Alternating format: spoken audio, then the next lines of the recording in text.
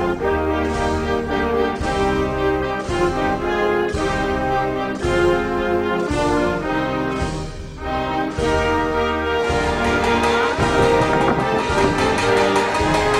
we're leaving the capital city, Delhi, and we're going to fly to Varanasi, the most holy of Hindu pilgrim cities.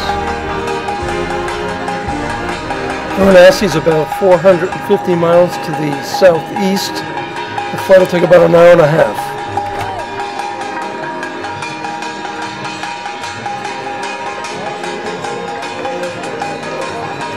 Once we arrive, we're going to board a chartered bus and ride into town.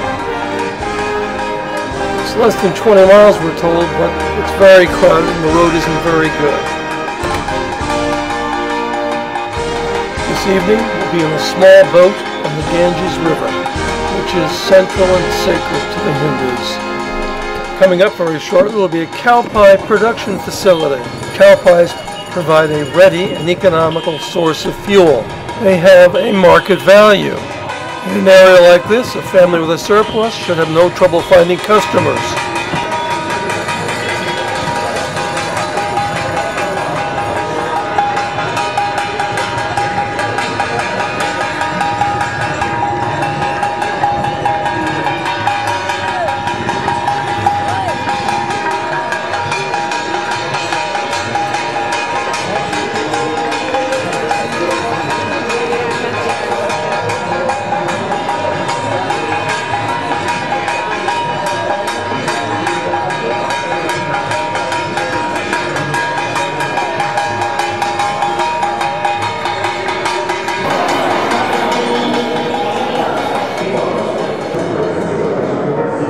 We've entered the Sarnath site, where Buddha first spoke of his philosophy. While only a small percentage of Indians consider themselves Buddhists, hundreds of millions, mostly in Asian countries, do. Buddhism, an ethical system that believes in one God and rejects the caste system, is another spin-off of Hinduism.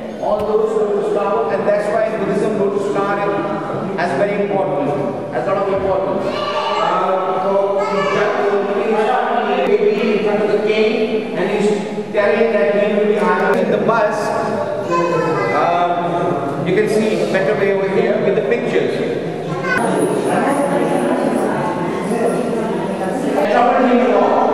He didn't understand why people are getting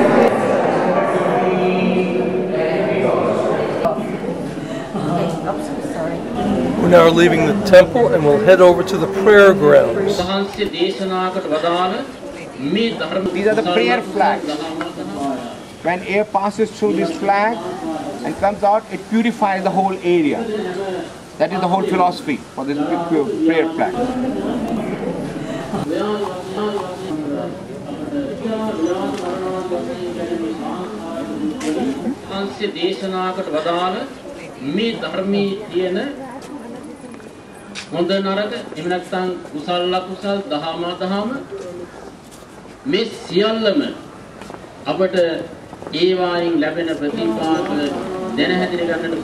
It looks very similar to Dravidian language.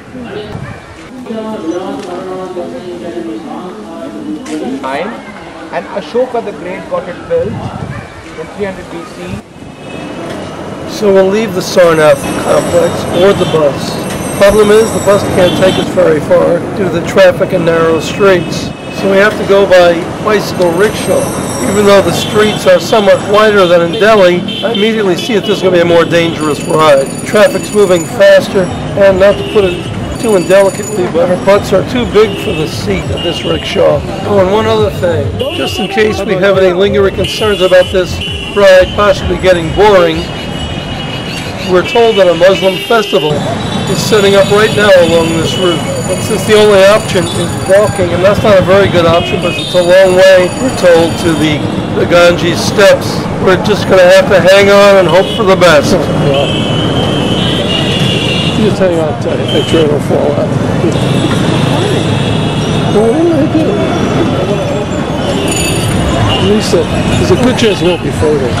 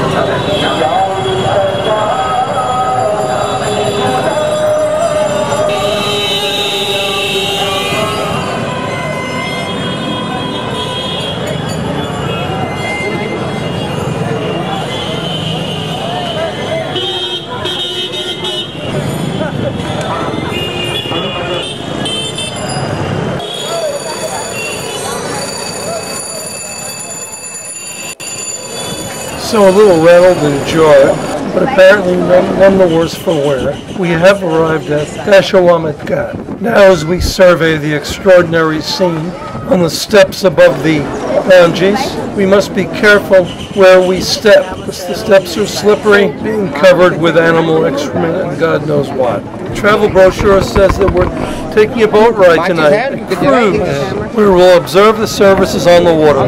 Boat ride, cruise, whatever it is, we're sure that once again Sandy will deliver. Requested not to take any pictures. That is a real cremation place. We are just there, and it is nice of them that they don't mind it, yeah, but it is our responsibility that we don't offend them by taking pictures. Okay, we'll stop for 1 minute, 2 minutes at the tower so that you can use your zoom or whatever. Here's the tower and a good opportunity to take its picture. And a little further ahead, the funeral pyres. We'll switch to our telephoto lenses and then turn the cameras off as requested. Palaces. Now they have changed into different kind of hotels, guest houses, all those kind of places. Earlier, Maharajas of different princely states built their palaces over here because for every Hindu ritual to giving us so much, we thank people and then we think of our family members who are unfortunately not with us, and then we wish something.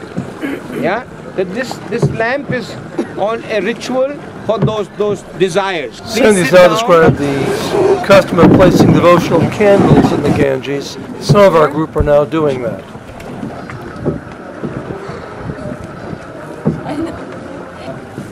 You have to put your hand around.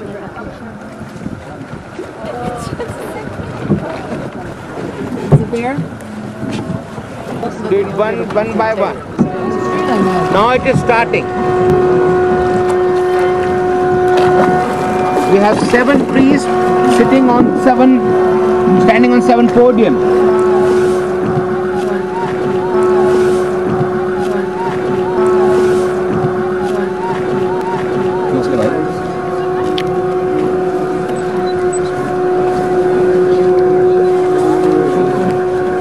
They are calling people for the prayer with this conch.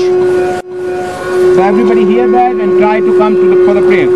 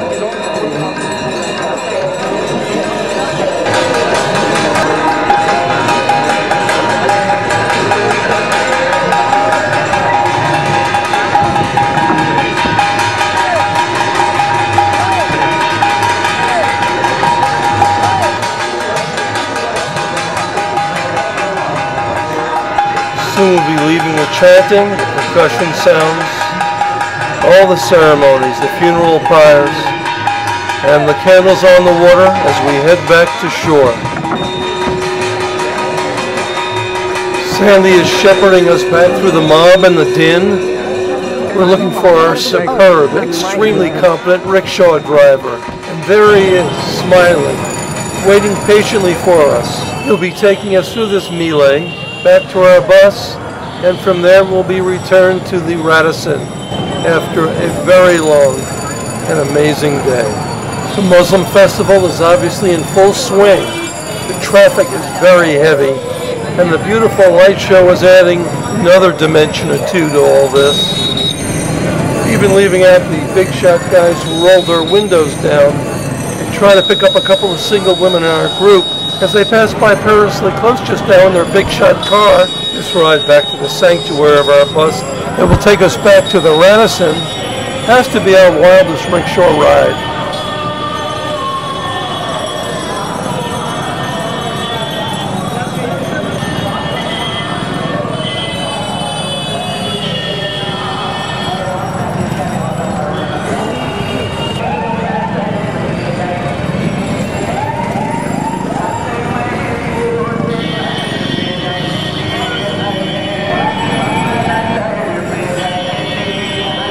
Hope it's not too late by the time we get back.